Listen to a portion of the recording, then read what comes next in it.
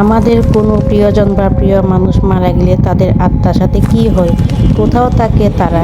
একদিন এই ছেলেটাকে জীবিত অবস্থায় নরক বা জাহান্নাম যেতে হয় এক বিশেষ কারণে। Hello and welcome to story. কিছু কাহিনী এতটাই ইউনিক হয় বা যা ভাবতে বাধ্য করে। ছেলেটার বোন মারা যায় সে ছোটবেলায়, অনেক অনেক বছর আগে। ছেলেটা বড় হওয়ার পর সে মৃত বোনের জন্য যা গায়ে কাটা দেওয়ার এক সেরা কাহিনী। ক্যাবিনেট অফ কিউরিওসিটি এর একটা গল্প। এ পেজেন্টস দ্য উইচ হাউস কাহিনী শুরু হয় ওয়াল্টার নামে একটা ছোট ছেলেকে দেখানো হয়। তার পাশের বিছানায় শুয়েছিল তার অসুস্থ যমজ বোন, নাম অ্যাপারলি। অ্যাপারলি দুর্বল গলায় ওয়াল্টারকে বলে, ওয়াল্টার, আমার সময় এসে গেছে, এবার আমার ওরা নিয়ে যাবে। ওয়াল্টার কেমন যেন ভয় পেয়ে যায়। সে কোনোভাবে তার বোনকে হারাতে চায় না, কিন্তু শেষ পর্যন্ত অ্যাপারলি অসুস্থতার কারণে মারা যায়। তার মৃত্যুর পর অদ্ভুত কিছু ঘটনা ঘটতে শুরু করে। হঠাৎই তার চারপাশে আবহাওয়া বদলে যায়। ওয়াল্টার নিজের চোখের সামনে এমন একটা দৃশ্য দেখে যা তাকে সারা জীবনের জন্য বদলে দেয়। সে দেখে অ্যাপারলির আত্মা তারই মৃতদেহের পাশে দাঁড়িয়ে আছে।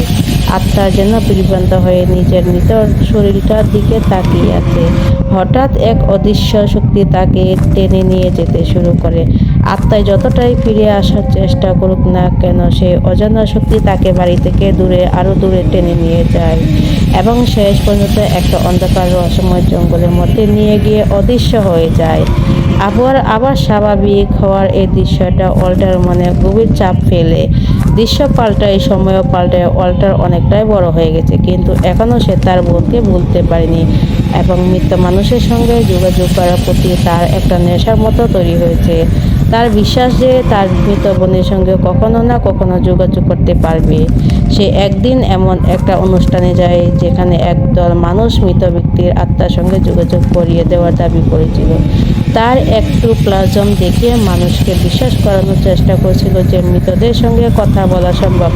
কিন্তু অনুষ্ঠান শেষ হওয়ার পর সে লুকিয়ে লুকিয়ে ওই মানুষগুলোর কথোপকথন শুনে ফেলে এবং বুঝতে পারে ওই লোকগুলো স্বপ্ন। আমাদের কোনো প্রিয়জন বা প্রিয় মানুষ মারা গেলে তাদের আত্মার সাথে কী হয়, কোথায় তাকে একদিন ছেলেটাকে জাহান্নামে যেতে হয় এক বিশেষ কারণে। সে বুঝতে পারছিল তারা কোনো আত্মার সঙ্গে যোগাযোগ করতে পারে না। ওয়াল্টার আর তার বন্ধু ফ্যাক্ট একই সাথে স্পিরিচুয়াল সোসাইটিতে কাজ করত। স্পিরিচুয়াল সোসাইটি অর্থাৎ সেখানে আত্মা সম্পর্কে তন্ত্রমন্ত্র, ভূত প্রেত ইত্যাদি সম্পর্কে অনেক আলোচনা হতো। ফ্যাক্স সবসময় ওয়াল্টারকে সাহায্য করার চেষ্টা করত, কিন্তু ওয়াল্টারের এই মৃত বোনকে ফিরিয়ে আনার নেশা ধীরে ধীরে সে ক্লান্ত হয়ে পড়ছিল। তাই হোক, ওয়াল্টার স্পিরিচুয়ালিটি সোসাইটিতে পৌঁছে দেখে একজন পেন্টার যার নাম মারিয়ানা। সে নিজের কিছু আঁকা ছবি দিয়ে এসেছে। সে সোসাইটিতে সদস্যদের বোঝানোর চেষ্টা করেছিল, আমি কাজিয়ার পুরনো একটা বাড়িতে একটা ঘরে ভাড়া থাকি। সেখানে থাকার পর থেকে আমি কিছু অদ্ভুত দৃশ্য দেখতে পাই। সে দৃশ্যগুলো আমি ছবিতে আঁকার চেষ্টা করি। কাজিয়াকে এক শক্তিশালী ডাইনি বলে মনে করা হতো। সোসাইটির সদস্যরা সব কথাই তেমন একটা গুরুত্ব দেয় না। তাদের মনে হয় মারিয়ানার হয়তো কোনো মানসিক সমস্যা আছে। ওয়াল্টার একটা ক্লাবেও কাজ করতো। সে একদিন কাজ করতে করতে সেখানে একটা অচেনা লোক কিছু কথোপকথন শুনে ফেলে। লোকটা বলছিল একটা নাকি অদ্ভুত জঙ্গল আছে যেখানে জীবিত মানুষেরা মৃতদের জগতের সঙ্গে যোগাযোগ করতে পারে। একথা শুনে ওয়াল্টার নিজেকে আটকাতে পারে না। লোকটার কাছে গিয়ে সাহায্য চায়।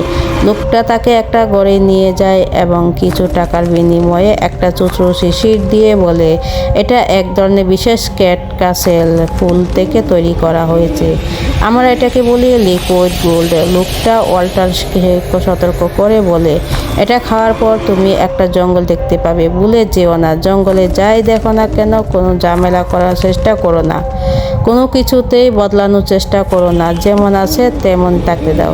ওই জঙ্গলটা সাধারণ কোনো জঙ্গল নয়, ওটাতে বলে নরক বা জাহান্নাম, হেল। ওয়াল্টার দেরি করে না, তাড়াতাড়ি সেটা পান করে ফেলে এবং কিছুক্ষণ পর তার চারপাশে পৃথিবী যেন বদলে যেতে শুরু করে।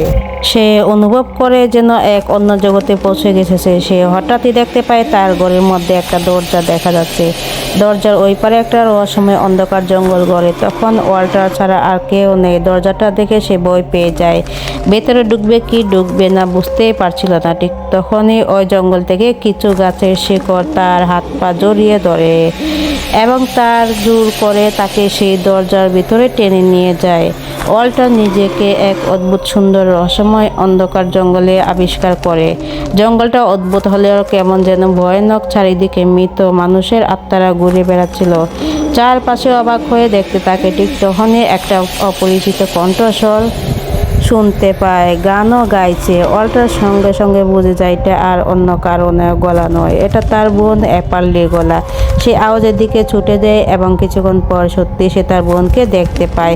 অ্যাপার্লিকে ঠিক সেই রকমই দেখাচ্ছিল যেরকম তাকে মৃত্যুর আগে শেষবারই দেখছিল। ওয়াল্টার অবাক হয়ে যায়, কিন্তু সে কিছু বলার আগেই গাছের কাণ্ড তার শিকড় তাকে জড়িয়ে ধরে এবং মুহূর্তের মধ্যে তাকে জঙ্গল থেকে টেনে বের করে আবার মানুষের জগতে ফিরিয়ে দেয়। বাস্তবে ফিরে ওয়াল্টার দৌড়ে প্যাক্সের কাছে যায় এবং প্যাক্সকে গিয়ে সব ঘটনা খুলে বলে। সে উত্তেজিত হয়ে বলে, আমি লিকুইড গোল্ড খেয়েছিলাম, আমি আমার মৃত বোনকে দেখেছি, আমি নিজের চোখে দেখেছি, ওখানে আটকে আছে, ওর সাহায্য দরকার। প্যাক্স সব কথা শুনে এবং শুনে ভাবে ওয়াল্টার হয়তো কোনো নেশা জাতীয় জিনিস খেয়েছে, এই কারণে ভুলভাল কথা বলছে। সে ওয়াল্টারের কথা বিশ্বাস করতে চায় না। ওয়াল্টার আবার সে রহস্যময় লোকটার কাছে ফিরে যায়, আবারও একবার লিকুইড গোল্ড খেয়ে ফেলে এবং আবারও সেই অদ্ভুত জঙ্গলে পৌঁছে যায়। সেখানে ঘুরতে ঘুরতে হঠাৎ মারিয়ানাকে দেখতে পায়। সে কিনা কাজিয়ার বাড়ির ছবি, মানে ওই ডাইনিটার বাড়ির ছবি আঁকছিল, যেটার নাম ওইস হাউস। অদ্ভুত ব্যাপার, ওয়াল্টার মারিয়ানার সঙ্গে কথাই বলতে পারে না। এরপর ওয়াল্টার আবার পিপারলির দিকে দেখতে পায়। এতদিন পর নিজের বোনকে দেখে দৌড়ে গিয়ে তাকে জড়িয়ে ধরে। আবেগে ভেঙে পড়ে ওয়াল্টার। সে তার বোনকে বলে, তুমি জানো, তুমি চলে যাওয়ার পর আমি পিয়ানো বাজানোই ছেড়ে দিয়েছি। আমার জীবনে একটাই লক্ষ্য, তোমার সাথে আবার দেখা করা। অ্যাপার্লি চুপচাপ তার কথা শুনতে থাকে। ঠিক তখনই জঙ্গলের গাছপালা, কাণ্ড আর শিকড় আবার ওয়াল্টারকে টেনে নিয়ে যেতে শুরু করে।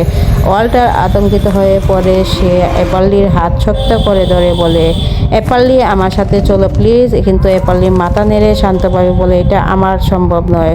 ওয়াল্টার কিছুতে তার হাত ছাড়তে চাইছিল না। টানাটানির এক পর্যায়ে অ্যাপার্লির পোশাকের একটা অংশ ছিঁড়ে ওয়াল্টারের হাতে আসে। মুহূর্তের মধ্যে ওয়াল্টার আবার মানুষের জগতে ফিরে আসে এবং ফিরে এসে সে অবাক হয়ে যায়। ওয়াল্টার আর সময় নষ্ট না করে কাজিয়া অর্থাৎ সেই ডাইনিকে নিয়ে লেখা বিভিন্ন বই পড়তে শুরু করে। পড়তে পড়তে জানতে পারে কাজিয়ানা এমন এক জায়গা খুঁজে পেয়েছিল যার সাহায্যে এক জগৎ থেকে আরেক জগতে যাওয়া সম্ভব ছিল। কিন্তু জাদুবিদ্যার চর্চার অভিযোগে মানুষ তাকে বই পেতে শুরু করে। শেষ পর্যন্ত কাজিয়াকে প্রচণ্ড অত্যাচার করে মানুষজন তাকে তার বাড়িতে ফাঁসিতে ঝুলিয়ে দেয়। আর অদ্ভুত বিষয় হলো, মৃত্যুর 3 দিন পর মৃতদের রহস্যজনকভাবে উধাও হয়ে যায়। কে জানে বা কারা কাজে আর মৃতদের নিয়ে গিয়েছিল, তারা আর কখনোই জানায়নি। যে যাই হোক, এসব জানাজার পর ওয়াল্টার আরও নিশ্চিত হয়ে যায় ওই হাউজের সঙ্গে অন্য কারো জগতের সম্পর্ক আছে। সে সিদ্ধান্ত নেয় সে নিজেই যাবে সেখানে। তবে যাবার আগে সে আবারও সেই সোসাইটিতে যায় এবং সেখানকার একজনকে গিয়ে বলে, লোকটি গোল্ড কেনার জন্য কিছু অর্থ চায় আমার। লোকটা তার কথা শুনে বিরক্ত হয়ে যায় এবং বলে, আমার মনে হয় তুমি নেশা জাতীয় জিনিসের আসক্ত হয়ে পড়েছো। আজ থেকে তুমি আর স্পিরিচুয়ালি সোসাইটির সদস্য নও। কথা শুনে ওয়াল্টার ভেঙে পড়ে। হতাশ মনে সেখান থেকে বেরিয়ে যাচ্ছিল, কিন্তু তখনই তার চোখে পড়ে মেঝেতে পড়ে থাকা মারিয়ানার আঁকা ওই হাউজের ছবিটা। এটা দেখে ওয়াল্টার মনে হয় হয়তো সমস্ত ঘটনার সাথে এই বাড়িটার কোনো সম্পর্ক আছে।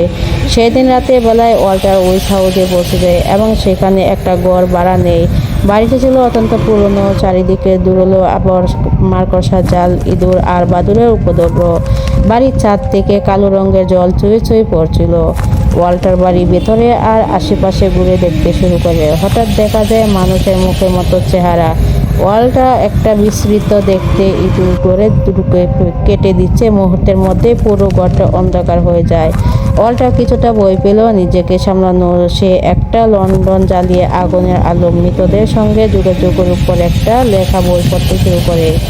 বইয়ের লেখাগুলো সে জোরে জোরে পড়ছিল যেন কোনো মন্ত্র উচ্চারণের মতো, কিন্তু হঠাৎই কথনে একটা অদৃশ্য কণ্ঠস্বর ভেসে আসে। সেই কণ্ঠস্বর বলে, এখনো কি করছো? একটা বিশেষ চাবি আছে যেটা মৃতদের জগৎ থেকে কাউকে এই জগতে ফিরিয়ে আনতে পারে। ওয়াল্টার চমকে ওঠে, লণ্ঠন হাতে নিয়ে সেই শব্দটা খুঁজতে বের হয়। কোহতে আসছে, পুরো বাড়ি খুঁজে পেলেও কিন্তু কাউকে দেখতে পায় না। তবুও অন্ধকারে এক কোণে স্পষ্টভাবে একটা ভয়ঙ্কর ছায়া মূর্তিকে দেখতে পায়। ওয়াল্টারের দিকে দিয়ে আসছে, চোখ জল জল করছে। আসলে ওয়াল্টার এই বাড়িটার পারলিকে ফিরিয়ে আনার আশাতেই এসেছে, কিন্তু বাস্তবে বাড়িটা শুধুমাত্র একটা অভিশপ্ত বাড়ি ছিল। বাড়ির দেওয়ালে কেমন যেন অদ্ভুত সব চিহ্ন আঁকা, যেগুলো অর্থ ওয়াল্টার বুঝতে পারছিল না। সেদিন রাতে ঘুমানোর সময় হঠাৎ তার ঘুম ভেঙে যায়। বুঝতে পারে তার শরীরটা অবশ হয়ে গেছে, নড়তে পারছে না, চিৎকারও করতে পারছে না। ঠিক তখনই সে দেখে সেই জ্বলন্ত নৌকার ভয়ঙ্কর প্রাণীটা তার দিকে ধীরে ধীরে এগিয়ে আসছে। তার পাশে রয়েছে সেই মানুষের মুখওয়ালা ইঁদুরটা। আচ্ছা, এখানের মধ্যে মানুষের প্রশ্ন আসতে পারে যে মানুষের মুখওয়ালা ইঁদুর কেমন করে হতে পারে। ব্যাপারটা হলো এই পুরো জায়গাটা অবশপ্ত এবং অভিশপ্ত। এখানে অনেক রকম অনেক পিশাচিক প্রাণী বসবাস করে, যেগুলো প্রেত, পিশাচ ইত্যাদি ছায়ের বড় হয়েছে, এবং এই জন্যই এরকম ভয়ঙ্কর রূপ। আর ওর জ্বলন্ত চোখওয়ালা পিশাচটা হলো কাজিয়া। কাজিয়া যে মেশন, যে মৃত্যুর পরেও অসর্বশক্তির সাহায্যে বেঁচে ছিল। আর ওই বিশ্রব্য ইঁদুরটা একটা মানুষ ছিল, বেঁচে থাকতেও। তার নাম ছিল ব্রাউন জন কিল। দুজনে ধীরে ধীরে ওয়াল্টারের দিকে এগিয়ে আসছিল। ওয়াল্টার ভয়ে কাঁপতে শুরু করে, আর ঠিক তখনই তার ঘুম ভেঙে যায়। হাঁপাতে হাঁপাতে উঠে বসে বুঝতে পারে ঘটনাটা একটা দুঃস্বপ্ন ছিল। সে আবার লিকুইড গোল্ড নিয়ে আসে এবং ওই হাউসের ভিতরে সেটা খেয়ে ফেলে। কিছুক্ষণের মধ্যে সে রহস্যজনক দরজাটা আবার খুলে যায়। ওয়াল্টার আবার তাড়াতাড়ি সময় নষ্ট না করে মৃতদের সেই জঙ্গলটাকে ঢুকে পড়ে, যেটাতে নরক বা জাহান্নাম বলে। অ্যাপারলি খুঁজতে শুরু করে, কিন্তু বড় একটা ভুল করে ফেলে। শুধু ওয়াল্টার নয়, কাজিয়া এবং ব্রাউন জেন কিওনা তার পিছু পিছু সেখানে ঢুকে পড়ে। সেই জঙ্গলটার স্বাভাবিক ভারসাম্য নষ্ট হয়ে যায়। কিন্তু এরপর পার্লি ওয়াল্টারের সামনে এসে উপস্থিত হয়। সে বলে, দাদা, তোমার এখানে আসা উচিত হয়নি, তুমি সব কিছু নষ্ট করে ফেলেছ। ওয়াল্টার কিছু বুঝতে পারে না কি নষ্ট করেছি। ওয়াল্টারের একটাই লক্ষ্য, নিজের বোনকে জীবিত মানুষদের জগতে ফিরিয়ে নিয়ে যাওয়া। কাজিয়া তাদেরকে খুঁজে পায়। ওয়াল্টার আর অ্যাপারলি ভয়ে দৌড়াতে শুরু করে। বেশিক্ষণ পালাতে পারে না। কাজিয়া ওয়াল্টারকে ধরে ফেলে এবং এরপর ওয়াল্টারের কাছে এগিয়ে আসে। ওয়াল্টারকে চুমু খায়। বোঝা ব্যাপার, পিশাচিনী হয়ে গেছে, তবুও স্বভাব যায়নি। যাই হোক, মুহূর্তের জন্য ওয়াল্টার কেমন যেন অসহায় হয়ে পড়ে। তবে অ্যাপারলি কোনোভাবে তাকে কাজিয়ার হাত থেকে বাঁচিয়ে নেয়। ঠিক তখনই ওয়াল্টার আবার বাস্তব জগতে ফিরে আসে। সে চোখ খুলে দেখে এলি তার পাশে শুয়ে আছে। ওয়াল্টার তো আনন্দে আত্মহারা হয়ে যায়। এতদিন তার উদ্দেশ্য সফল হয়েছে, তার বোনকে সে আবার বাস্তব জগতে ফিরিয়ে আনতে পেরেছে। বিশ্বাসই করতে পারছিল না যে এতদিন পর তার বোন সত্যি তার কাছে ফিরে এসেছে। অ্যাপারলি মুখে কোনো আনন্দ ছিল না, তাকে কেমন চিন্তিত দেখাচ্ছিল। আরও ভয়ঙ্কর ব্যাপার হলো, ঘরের ভিতরে ব্রাউন জিনো ক্লিন এসে গেছে।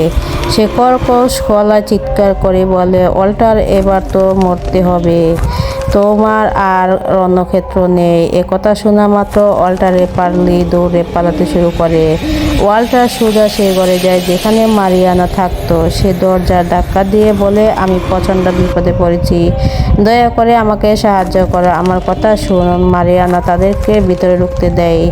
এরপর সে ওয়াল্টারের দিকে তাকিয়ে বলে, তুমি কি কাজেই বা ওইটা পড়েছিল, তাই না? তুমি জানো সে এক সময় বাড়িতে থাকতো, ঠিক তোমার ঘরটাতে থাকতো, তুমি যে ঘরে থাকো। আমি এখন তোমার উপস্থিতি অনুভব করতে পারি। সে আরও বলে, কাজিয়াকে ভয়ঙ্করভাবে নির্যাতন করা হয়েছিল। তার শরীরে সুচ ফুটিয়ে দেখা হতো যে রক্তপাত হয় কিনা, এবং এসব কারণে কাজিয়ার আত্মা এখনও শান্তি পায়নি। আমি তখনই ছবি আঁকি। অনেক সময় মনে হয় কাজিয়া আমাকে বাধ্য করছে আঁকতে, কারণ আমি এমন সব দৃশ্য দেখতে পাই যা তোমার মতো সাধারণ মানুষ দেখতে পায় না। কথা বলতে মারিয়ানা হঠাৎ পার্লির দিকে তাকায়। তার মুখের রং ফ্যাকাশে হয়ে যায়। সে বয়ে বলে ওঠে, এটাতে এক মেয়েটাকে আমি আগেও দেখেছি। এরপর সে নিজের আঁকা ছবিগুলো বের করে সবগুলো ত্রিভুজ আকৃতি ক্যানভাসে আঁকায়। একটা ছবিতে পার্লিকে সে দেখায় এবং অন্য ছবিগুলোতে কাজিয়ানা, ওয়াল্টার এবং ওইস হাউজের ছবি ছিল। ওয়াল্টার অবাক হয়ে যায়, মারিয়ানা তো তার কাছে, কারণ ওয়াল্টার এখনও জীবিত। পিছনে আঁকা ছিল ওইস হাউস। মারিয়ানা আতঙ্কিত হয়ে ওয়াল্টার বুকে বলে, তুমি এই বাড়িতে সে দরজা খুলেছ? ওয়াল্টার বলে, হ্যাঁ আমি। মারিয়ানা বলে, জাকিয়া তোমার পিছু নিয়েই জগতে চলে এসেছে। ওয়াল্টার চুপ করে থাকে। মারিয়ানা বলে, এখন তোমাদের দুজনের মধ্যে একজনকে বাঁচতে পারবে, কারণ নরক থেকে কেউ যদি আবার বেঁচে ফিরে চায় তাহলে জীবিত কোনো মানুষ তার জায়গা ছেড়ে দিতে হবে। অর্থাৎ তুমি যদি তোমার বোনকে বাঁচাতে চাও তাহলে তোমাকে মরতে হবে এবং সূর্য ওঠার আগে কাজিয়া তোমাকে হত্যা করার চেষ্টা করবে। ওয়াল্টার গভীর চিন্তায় পড়ে যায়। সে খেয়াল করে অ্যাপার্লি তো আর ঘরের ভিতরে নেই। সে চুপচাপ চলে গেছে। অ্যাপার্লি চাইছিল না তার ভাই তাকে প্রাণ দেওয়ার জন্য নিজে প্রাণহারা, তাই সে নিজে দূরে সরে গেছে। ওয়াল্টার তার মারিয়ানা দৌড়ে স্পেশালি সোসাইটিতে পৌঁছায়। সেখানে সোসাইটি এক সন্ন্যাসী তাদের প্রথম আশ্রয় দিতে রাজি হয় না। মারিয়া কাঁদতে কাঁদতে অনুরোধ করে। সে বলে, আমাদের বিশ্বাস প্রত্যেক আত্মারই মুক্তি পাওয়ার অধিকার আছে, দয়া করে সাহায্য করুন। সন্ন্যাসী শেষ পর্যন্ত রাজি হয়, তবে সে বলে, তোমরা এখানে থাকতে পারো, কিন্তু মনে রেখো এই পবিত্র স্থান তোমাদেরকে রক্ষা করতে পারবে না, কারণ কাজিয়া এক ভয়ঙ্কর ডাইনি। দেখা যায় ওয়াল্টারের শরীর ধীরে ধীরে খারাপ হতে শুরু করে। ফ্যাক্স ছুটে আসে এবং ওয়াল্টারকে হাসপাতালে নিয়ে যেতে চায়, কিন্তু ওয়াল্টারের বিপদ এতটাই অস্বাভাবিক ছিল যে সেই হাসপাতালেও নিরাপদ থাকতে কিনা কেউ জানতো না। রাত বাড়তে থাকে। কাজিয়াকে দেখা যায় চার্চের আশেপাশে ঘুরে বেড়াচ্ছিল। সে বারবার চিৎকার করছিল একটা অদ্ভুত গলায়, বলতে থাকে, ওয়াল্টার তোমার বোনকে বাঁচাতে হলে তোমাকে মরতে হবে। আমি চাই তুমি মারা যাও। চার্চের ভিতরে সন্ন্যাসী ওয়াল্টারকে বাঁচানোর জন্য প্রার্থনা করছিল, কিন্তু হঠাৎ চার্চের দরজা নিজেই থেকে খুলে যায়। কাজিয়া ভয়ঙ্কর চিৎকার, পুরো চার্চ কেঁপে ওঠে। এতটাই জোরে চিৎকার ছিল যে চার্চের কার্তুজগুলো একে ভেঙে পড়তে শুরু করে। সেই আঘাত সন্ন্যাসী অজ্ঞান হয়ে পড়ে যায়। এরপর কাজিয়া এক অদৃশ্য শক্তি দিয়ে ওয়াল্টারকে নিজের দিকে টানতে শুরু করে। ফ্যাক তাকে প্রাণ ধরে রাখার চেষ্টা করে, কিন্তু সেই শক্তির সামনে ফ্যাক সম্পূর্ণ অসহায় ছিল। অবশেষে কাজিয়া ওয়াল্টারকে টেনে চার্চের বাইরে নিয়ে যায় এবং দরজা দপ করে বন্ধ হয়ে যায়। মুহূর্তের মধ্যে চারপাশ অস্বাভাবিক হয়ে যায়। ফ্যাক্স ঘুরে দাঁড়াতে দেখে অ্যাপার্লি সামনে দাঁড়িয়ে আছে, তার মুখে বইয়ের চাপ। ওদিকে কাজিয়া ওয়াল্টারকে একটা নির্জন জায়গায় নিয়ে চলে যায় এবং একটা সুচ বের করে ওয়াল্টারের চোখে ঢুকিয়ে দেওয়ার চেষ্টা করে, কিন্তু ঠিক তখনই অ্যাপার্লি সেখানে পৌঁছে যায়। কাজিয়ার হাত থেকে সুচটা ছিনিয়ে নেয় এবং সেই সুচ দিয়ে কাজিয়াকে আঘাত করে। কাজিয়া যন্ত্রণা চিৎকার করে ওঠে। তার শরীর ধীরে ধীরে ভেঙে পড়তে থাকে এবং কিছুক্ষণের মধ্যে সে ছাই হয়ে বাতাসে মিলিয়ে যায়। সব কিছু শান্ত হয়ে গেলে ওয়াল্টার কাঁদতে কাঁদতে অ্যাপার্লির হাত ধরে। সে বলে, আমি চাই না তোমাকে আবার হারাতে। অ্যাপার্লি বলে, আমি আর ভয় পাই না, আমি এখন মুক্ত। দেখা যায় তার আত্মা মুক্ত হয়ে গেছে। ধীরে ধীরে তার শরীর আরও ধোঁয়ার মধ্যে মিলে যেতে শুরু করে এবং অবশেষে অ্যাপার্লি আত্মা মুক্তি পায়, চিরতরের জন্য অদৃশ্য হয়ে যায়। মারিয়ানা সকাল হওয়ার অপেক্ষায় ছিল। সে মনে করছিল ওয়াল্টার তার বোন যাবে না, তার কোনো বিপদ নেই, ওয়াল্টার হয়তো বেঁচে গেছে। সে ওয়াল্টারের যত্ন নিতে থাকে এবং ফ্যাক্স লক্ষ্য করে গড়ে ছাদ থেকে কালচে রঙের এক ধরনের তুলো টুপ টুপ করে পড়ছে। বিষয়টা তার অস্বাভাবিক মনে হয়। সে আবার মারিয়ানা মিলের উপরে তলায় গিয়ে খুঁজতে শুরু করে। কোথাও জলটা পড়ছে। ছোট বন্ধ করে গড়ে থাকা এক ভয়ঙ্কর দৃশ্য দেখতে পায়। সেখানে পড়ে আছে গাজিয়ার কঙ্কাল, আর একটা বাক্সের ভিতর ছিল ব্রাউন জেনকিনের কঙ্কাল। তার মুখের হাড় মানুষের মতো আর শরীরটা ইঁদুরের মতো।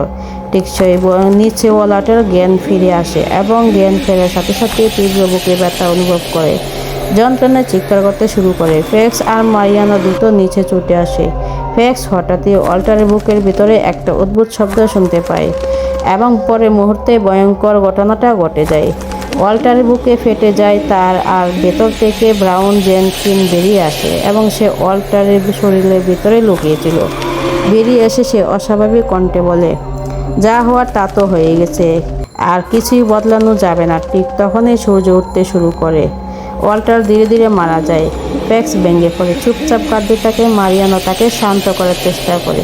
সে বলে, আমার ছবিগুলো কখনো মিথ্যে বলে না। ওয়াল্টার চলে গেছে, গল্প কিন্তু এখানেই শেষ হয়ে যায়।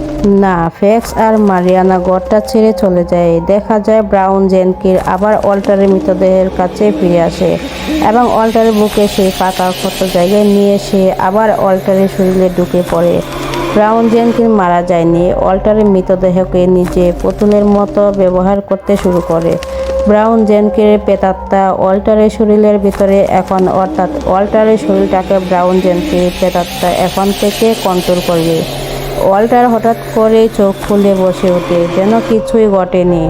ধীরে ধীরে সে উঠে দাঁড়ায়, নিজের বুকের ক্ষতটা কাপড় দিয়ে ঢেকে অস্বাভাবিক মানুষের মতো হাঁটতে শুরু করে।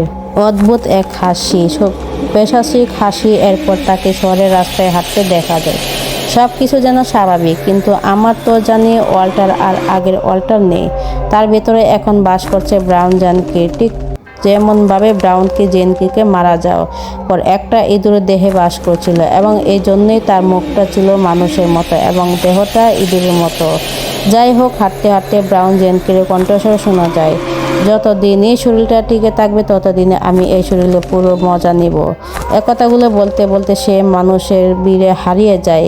আর এই কাহিনী এখানে শেষ হয়। মানে একটা ইঁদুর দেহে থাকতে থাকতে সে আর কি বা করতে পারে।